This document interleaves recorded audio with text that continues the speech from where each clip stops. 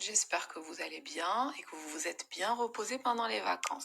Et je suis très heureuse de vous retrouver. Aujourd'hui, nous sommes vendredi 8 mai 2020.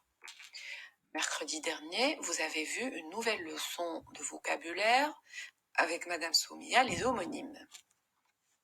Cette séance sera consacrée aux exercices pour renforcer vos acquis. Mais avant de commencer, faisons un petit rappel de la leçon. Qu'est-ce que c'est que les homonymes? Les homonymes sont des mots qui se prononcent de la même façon, mais qui n'ont pas le même sens.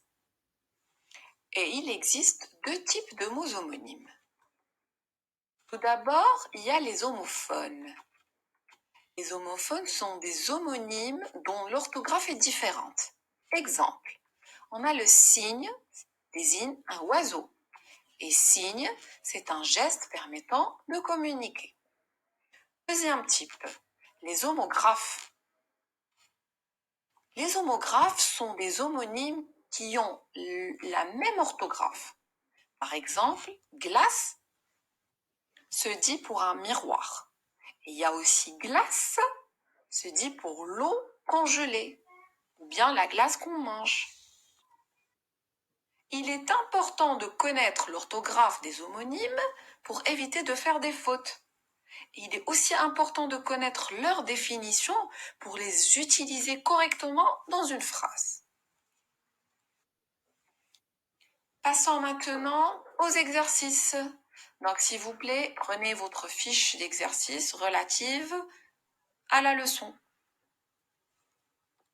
Alors, notre méthode de travail est toujours la même. Donc, je vous lis un exercice, vous mettez la vidéo en pause pour le travailler.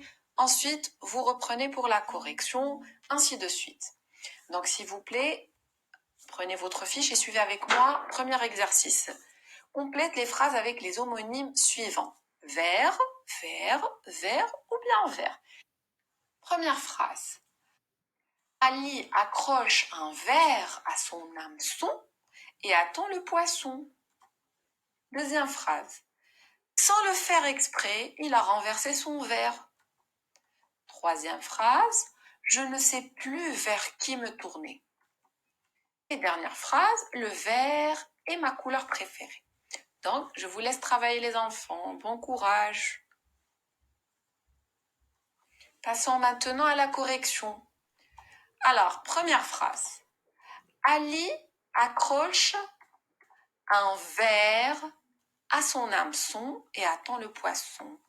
Donc, on va écrire le ver de terre, V-E-R. Deuxième phrase. Sans le faire exprès, il a renversé son verre. Donc, maintenant, il s'agit du verre à boire. Donc, V-E-R-R-E. Troisième phrase. Je ne sais plus vers qui me tourner. Ici, on va utiliser vers la direction. Donc, c'est V-E-R-S. Dernière phrase. Le vert est ma couleur préférée. Donc, ici, c'est la couleur. Et on va l'écrire avec V-E-R-T. Très bien. Passons maintenant au deuxième exercice. Coche la bonne définition de chaque mot.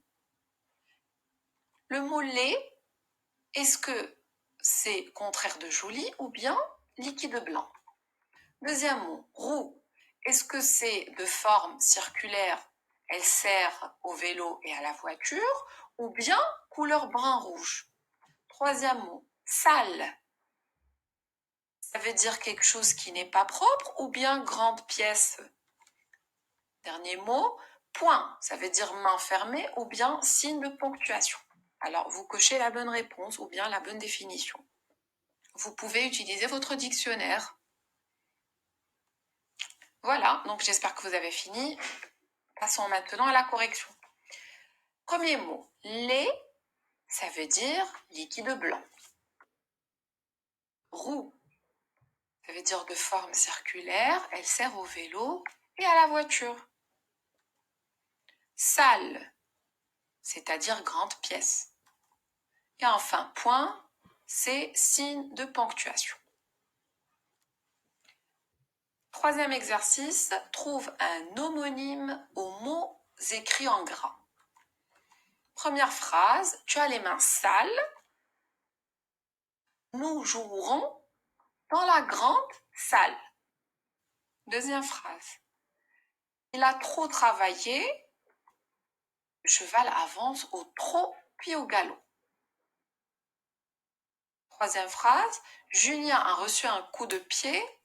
Elle porte son collier autour du cou.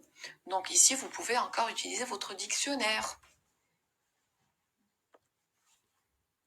Passons maintenant à la correction.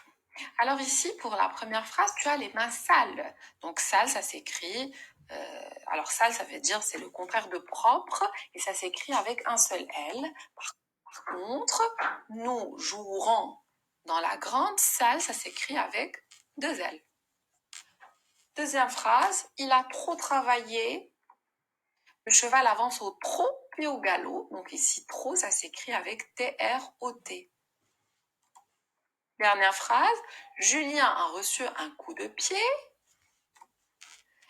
Elle porte son collier autour du cou. Donc ici, cou, ça s'écrit avec C-O-U. Voilà, donc n'oubliez pas de corriger avec un stylo vert. Passons maintenant au quatrième exercice. Complète chaque phrase avec l'homonyme qui convient. Alors ici, vous avez deux mots, canne avec un seul N et canne avec deux N. Donc, il faut compléter la phrase. La canne de mon grand-père est bien sculptée et la canne est la femelle du canard. Petit b, ici, vous avez deux mots, cou avec P et le cou. Donc, le cou de la girafe est immense. L'arbitre a sifflé un coup franc dès le début du match. Petit c. Ici, vous avez les deux mots date avec un seul T et date avec deux T. La date est écrite tous les jours au tableau et il y a la date est un fruit sec, succulent. Donc, je vous laisse un peu de temps pour travailler. Passons maintenant à la correction. Alors, petit a, la canne de mon grand-père est bien sculptée, donc ici canne avec deux N. Et ensuite, la canne et la femelle du canard, ça s'écrit avec un seul N. Petit b, le cou de la girafe est immense, donc ici cou, ça s'écrit avec C-O-U. L'arbitre a sifflé un coup franc dès le début du match, donc le coup avec P à la fin. Enfin, on a la date est écrite tous les jours au tableau, ça s'écrit avec un seul T, mais la date qu'on mange, ça s'écrit avec deux T. Donc la date est un fruit sec succulent. Dernier exercice. Alors, complète chaque phrase avec l'homonyme qui convient. Vous avez 4 ici, saut, saut, saut et saut. Donc, petit a, ce champion du triple saut a battu le record olympique. B, le jardinier transporte l'eau avec un grand seau. C, le roi a appliqué son seau en bas de la lettre. Et enfin, ce parachutiste a effectué un saut de plus de 3000 mètres. Donc ici, il faut compléter avec l'homonyme qui convient.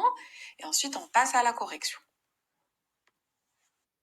Passons maintenant à la correction.